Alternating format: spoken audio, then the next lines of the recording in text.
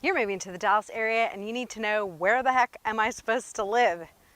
You've probably done some research on neighborhoods and new developments, and maybe you've just come to the conclusion that you want to buy a piece of land and build your own home exactly to your liking. Well, I can help you with that.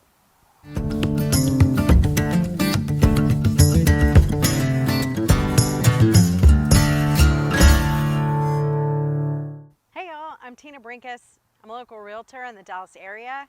I know what it's like to find a home here, and most importantly, I know what it's like to find the lifestyle that you really want to live. We recently moved back to the Dallas area and lived in the city. And after a year of living near every cool dive bar and restaurant and retail and shopping that you could possibly want, we up and moved to the country. Because we love the city life, we also are very excited about being in the country. And we're on a big piece of raw land. We have an old house. It's an old rock house made out of stone, built in 1947. We recently did a little bit to the inside to make it livable. And next, we're going to build a home back out on the property. And also, we are having an Airbnb. So we're super excited about that. We've ordered a pre-made cabin that's going to be just driven up and dropped off here in the next couple months. And so we're working on the prep for that right now. It's really exciting. I'm going to share that with you and document it so that if you guys have questions about that, I can answer. That's the exciting thing about owning a piece of land, is that you can kind of do pretty much whatever you want, and you can plan the kind of life that you want to live. So today, most importantly, I want to talk to you about the 10 most important things that you need to think about when you're going to buy a piece of land.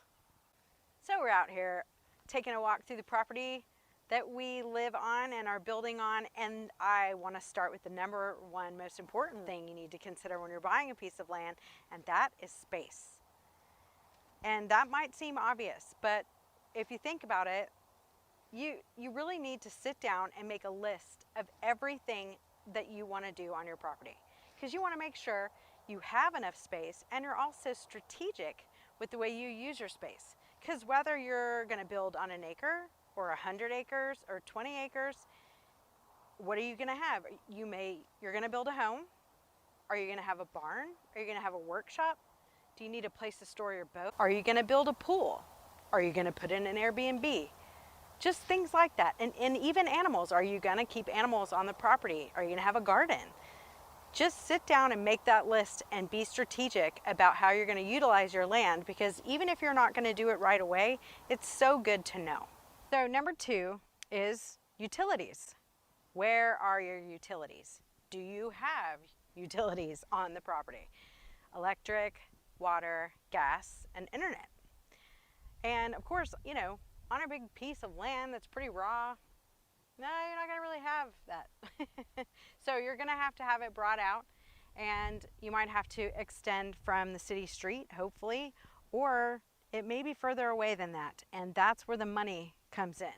We are extending electricity. Luckily, we have that house at the front, and also luckily we've got at least a pole here that we're now back behind the house, and that's the last pole, and we're going to be extending it back to where we want to put our Airbnb. Can you get internet? They're getting pretty good about that out in the country, so you're pretty much probably going to be able to get internet. But where's my water? Do I want to do a well? You could dig a well. They can be a little expensive, but then you're on your own. You're off grid. You could do solar, a well, and gas. And then there you go. The upfront costs, of course, are going to be more, but then you're on your own. Hopefully you have access to city electricity or city water that's close enough, or at least in the county, and that's what we have. We have the county. So utilities, definitely check that out. Walk the property, see where they are, ask questions, call the local utility companies, find out whose poles are on your property or near your property, and ask them questions before you go into a purchase of a piece of land. Okay, so number 3, when you're considering buying a piece of land, is clearing. Clearing and prep. How much clearing are you going to have to do on this piece of property? Like, a Are there lots of trees? Lots of big, a lot of underbrush. Is there any open space? Like back there, we got a little open space back there. That's actually where we are going to put our cabin, in the back there. You may have to take down trees. You may be taking underbrush out, and that can be an expense. That's something that you probably could do yourself or hire someone that you know. It's definitely worth seeing how much clearing needs to be done and really walk the whole property and just see how much is there in the way of underbrush and trees, because trees are great. Like we have so many trees out here. This has been these trees have been growing for like 30 years, so we've got some really beautiful mature oaks and mesquite trees, but we've got a lot of greenbrier, a lot of pokey things out here. Number 4, when you're buying a piece of land in North Texas, is, are there restrictions on the property? And I should say there are restrictions, there always are. They are set in place a lot of times in the deed. Even out in the middle of the country, you're still going to have rules about what you can build, where you can build, how far back. You're going to want to talk to, like for us, we talked to the county, and we had to find out what are the restrictions for, how high can you go and how big can you go, and what's the minimum amount of space, or what is the minimum size of house that you can build. When we came out to this piece of raw land, the old home was built before any platting was done, so our property is not platted. So in order to get our cabin and have it all done with permits and above board, we're going to have a plat done, which is, it's not hard to do. It's just something that you have to think about. So you definitely want to find out all of the possible restrictions. What's your zoning? You could be, like this property was actually zoned commercial, but according to the rules of the county and the city, you are allowed to build a residence in a commercial zone. So it's very important to check all of your local zoning and anything that's related to the deed that could potentially put any kind of restrictions, or just the rules, to make sure that you do everything right so you don't have to do it over and you don't want to upset the neighbors. So definitely take a look into that. Number 5 is easements. Are there easements on the property? Likely there are, especially when you're out in the country. So we have oil and gas. It's oil and gas country, and the gas company and a couple oil companies actually have easements, which allows them to enter our property to maintain their equipment. Not everybody has that, but that is a good example of someone that might have an easement. A lot of times there's prior easements that maybe your neighbor had with the previous owner, that they are allowed to cross your property to get to their property, or they had to get an electric easement to get electricity onto their property and they had to go through your property. There's a lot of potential for easements. They are brought to light in a survey and also when title is done. So it will come up, but you absolutely have to know everyone who has permission to be on your property or someone who may claim to have permission. Also, just so you know, if there is a gas easement on your property, you can't build a structure on top of it or a fence. Ask a lot of questions and make sure before you actually sign on the dotted line that you know where the easements are. Also, you may have to get or give an easement. We are having electricity extended, so we have to give the electric company out here, it's Encore, we have to give them an easement so that they can extend their poles and be able to enter the property and also maintain those poles and their wires. So it's just a good thing to make note of. It can sound a little daunting, but it's really actually, once you know, and once you have your survey and you know where all your easements are, then you're good to go. And then you just enjoy your property and don't worry about it again. Okay, so number 6 on the list of most important things you need to know when buying land in Texas is minerals. Does your property have minerals attached to the land? So I'm sure you guys, if you are looking in Texas, have probably heard a lot about minerals. Sometimes, in fact, oftentimes, mineral rights, underground, gas, oil, are separated from the land and are owned by someone else. So that's just something you need to know, is if the minerals are going to convey and that you have the opportunity, if they do convey with the land, that you have the opportunity to make some money off of that if they are indeed drilling for gas or oil on your property. So it's just something to know. I think a lot of people, mineral rights were sold back in the day to a lot of property. That's how a lot of people made money, was to separate their minerals. So it's just good to know, because, and if you have easements, then that probably means that the minerals, if there are gas and oil easements on your property, there's a very good chance that that means that you don't own the rights to the minerals. But it's definitely an important thing to make note of and look into before you purchase your land.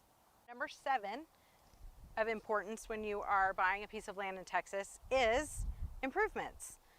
What are the improvements that already exist on the property? So you just need to know what exists on the property that is a structure. It could be a garage, it could be a well. Whatever exists already on the property, you just need to know that. And then also, you need to know what improvements you can do to get the most out of your land in the future. Because really, you never know, you may want to sell. And the more strategic you are in improving your land, and that can even involve just maintenance and just clearing. Just that in and of itself is improving. Planting trees, livestock, those are improvements. And so those are definitely something that you want to consider when buying a piece of land in Texas.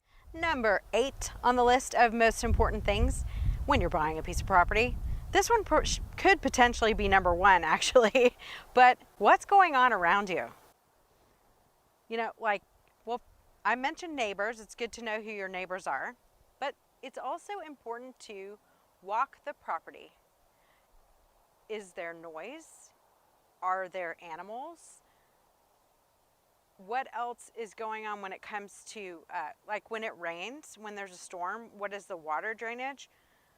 Is there any trash on the property? I mean, we were amazed to find a pretty impressive dump of stuff on our land, and it's rather common in Texas on a bigger piece of land where they can easily hide trash. So not that it's rampant, but definitely something to think about. Also, what's going on around your land that you're thinking of purchasing? Are there developments coming? New home developments? Is there industrial or commercial work happening? It's just good to know. Really, really consider everything that's going on around you. One of the things that we really wanted to consider when we are picking where to put our home and our cabin is, where's the sun? You know, you wouldn't think necessarily, that might not be the first thing you think of, but if you really want to enjoy the sunrise and the sunset, then you have to think about, where do you want to be when the sun is setting in your house or in your cabin or on your property? If you just want to build like a little gazebo or you're putting in the pool, where's the sun? Where does it rise and where does it set in all seasons? So that's a little bonus, what's going on around you that we recently discovered. And number 9 on the list of things that you should consider when you're buying a piece of land in North Texas are nuisances and amenities. Fun and not so fun. Amenities, obviously, are you close enough to a grocery store that you're comfortable with? What about just shopping and going out? What about going out and having a drink with your wife or your friends? Or, you know, we happen to have this really amazing craft cocktail bar down the hill. It is about 3 minutes away, and it is amazing, and we're still out in the country. So things like that. Where are you going to go out to eat? Do you care about that? Are you going to cook more? You know, maybe you'll be at home and cooking more, and it's not as important to you. What other amenities? Like, we have a lake down the street, and it is awesome and something that we care very much about. So just think about that. What kind of amenities? Make a list. Make a list for sure. Do not do that. It's really important. It'll help you. The more you think of things to add to your list, it'll help you build your list. So, But then there's nuisances. I just like to say, you know, when you're buying a piece of property, especially if it's very wooded and has, you know, like brush and everything, you're gonna have critters. So, you know, you just have to, you gotta know what's around you, especially when you're in Texas. You're gonna have things like snakes and scorpions and hogs. Sorry guys, there are hogs. And coyotes. There's just critters, and you just have to be prepared and figure out how much control of that you want to do. If they really are a nuisance, we actually are not having a big problem here, but they exist, and so you just have to have a plan for that and be ready. So number 10 on the list of important things to consider when you're going to buy a piece of property in North Texas is income. Can you produce income? Do you want to produce income? I think it's something that is really important to consider. If you're going to buy land, if you're at least buying an acre, there are possibilities, and you know, one of those possibilities is an Airbnb. If you're going to buy a little more acreage, there's animals, there's also farming, and there's trees, pecan trees, there's vineyards, there's gardening. There's a lot of options, and so you should sit down and make that list too, and just consider the fact that it could be a really great idea to produce income on the property, and consider, like we are, that we decided that we wanted to do an Airbnb, and we have enough space to do that, and if that Airbnb goes as we hope, we're going to add another one. So that's it. I hope this video was helpful for you. I'm really passionate about living out and utilizing the land in Texas. We're really excited. And so when you're ready to buy, whether you want to buy a new home or an existing home, or you just really want a piece of land, then please give me a call. I am a local realtor in the Dallas area. I'm here to serve you. It's an exciting thing to do, to make these plans, and I can definitely hold your hand and walk you through it and make sure that everything is done the way it should be. I will scour the countryside and find you that little plot that you can build your dream life on and your dream home. Please reach out to me and stick around, because I'm going to be creating more videos about the Dallas area so that you can learn whatever you need to learn to move here. Reach out to me with questions, and then also stick around for us documenting as we build out our land. We're about to do the electricity. Sure, that'll be interesting, so stick around for that. And then, of course, as we get our Airbnb delivered here in a few months and start building our home. Hope you'll join us out here. Thanks, and I can't wait to meet you.